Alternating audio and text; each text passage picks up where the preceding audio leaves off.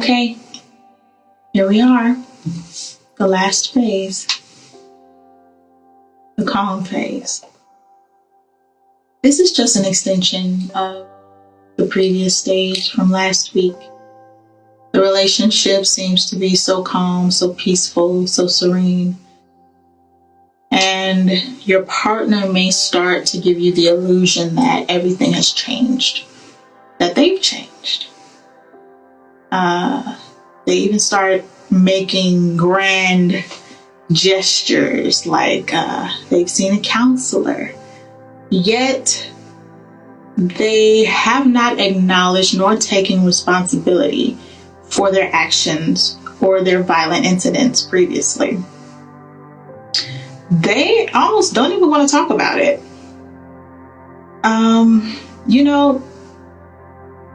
It's quite awkward to know that deep down that these things have happened, yet we're moving forward like nothing has happened.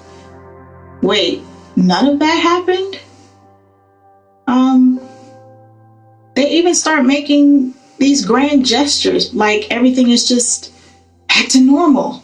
Let's move in, let's get married, let's have a baby. These are things sometimes used to ensnare the partner, and sometimes you feel like, wow, we're moving in a right direction. These are positive things, right? But for you, it's a trap. And sadly, if you start to resist any of these things, new conflicts start to arise, and you find yourself right back in the tension phase, the other side of the storm. In my case, my story, which I feel is relatable for everyone, because at this point, I started to feel like I had a false sense of security. A lot of people will feel that way in this phase. He started bringing me around his family more, and I started feeling more engaging and engrafted into his life. And we went to counseling class, couple counseling class, and we started going to church together, something else positive. And then he got baptized. And I really thought we were building a life together because, again, I wasn't familiar with this. I didn't go into this relationship knowing the signs or knowing what would happen. Knowing I was even in this, I was in denial for quite some time, and this often happens in this phase. I was so caught up in his ways, and him, the foods he ate, his beliefs started becoming my beliefs, and I started acting like, dressing like, talking like he did. And whenever you feel like you have to change yourself for someone else, that's a clear sign that something is wrong. And after a while, that's still not enough to satisfy a person. And I started seeing it wasn't enough to satisfy him. He was still critical, still very jealous, possessive, indifferent of the way other men would treat me in his presence. Anything would go. And deep down, I just really was not happy. Things were calm, but why am I not calm? Why is my spirit so restless? I felt like I completely lost myself, and I did. And as I reflected in this stage, and often many of us do, I felt like, why did I do this to myself? I had every opportunity to say no, to fight back for myself, for my identity, for my freedom. I completely denied myself. You know, the abuser may never change their behavior unless God intervenes. But until you change your response to the behavior, believe it or not, people who are mistreated have the potential to perpetuate the same kind of culture of violence. You gotta heal. And you gotta heal right. Whether you choose to stay or not, or if you need someone to talk to or a way of escape, please pay attention to these signs. Utilize these videos as opportunities to reflect, see if maybe I'm in the same boat as her. The warning signs. Gosh, the red flags, the gaslighting, the stalking, the verbal, the physical, the mental abuse. Please know that this is not normal. And I experienced all of this. Yet I was still in denial and clueless. I was so clueless as to what was going on. But had I had the knowledge, had I not been so embarrassed to speak up, to say something, to talk, to vent to someone, had I had friends who kept me accountable in my relationship, out of my relationship, probably would have turned out a little bit different.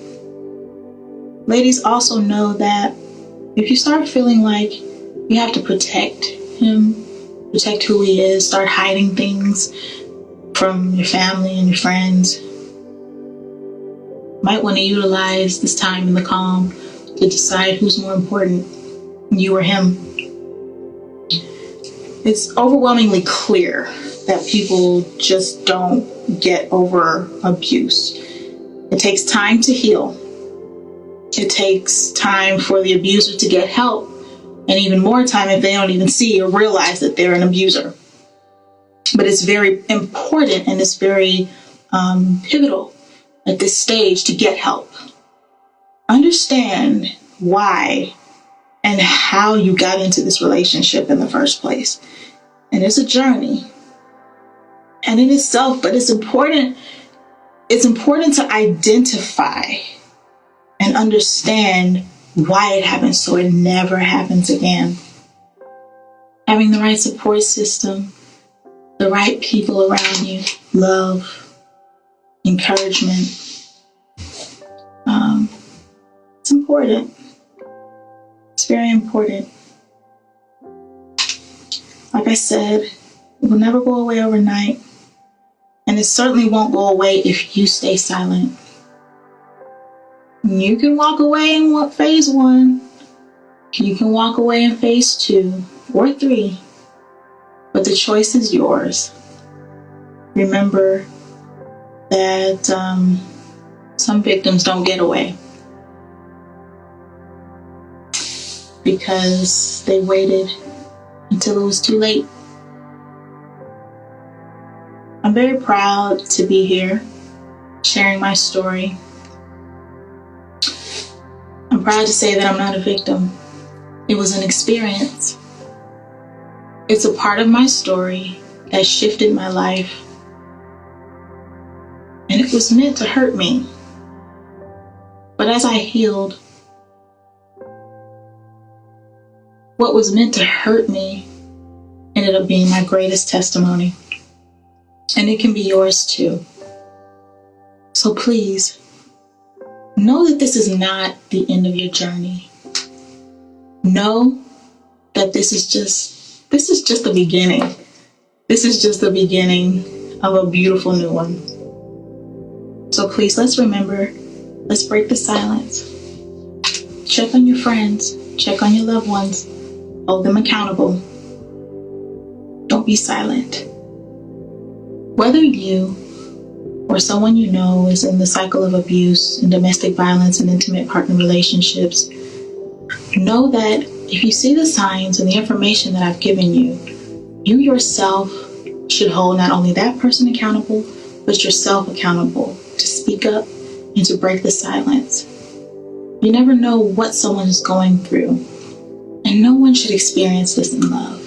No one should experience toxicity in a relationship. Please remember how important it is to check on your friends, check on your loved ones. I've given you the signs. Now it's your part. Let's reevaluate. Let's check in with one another.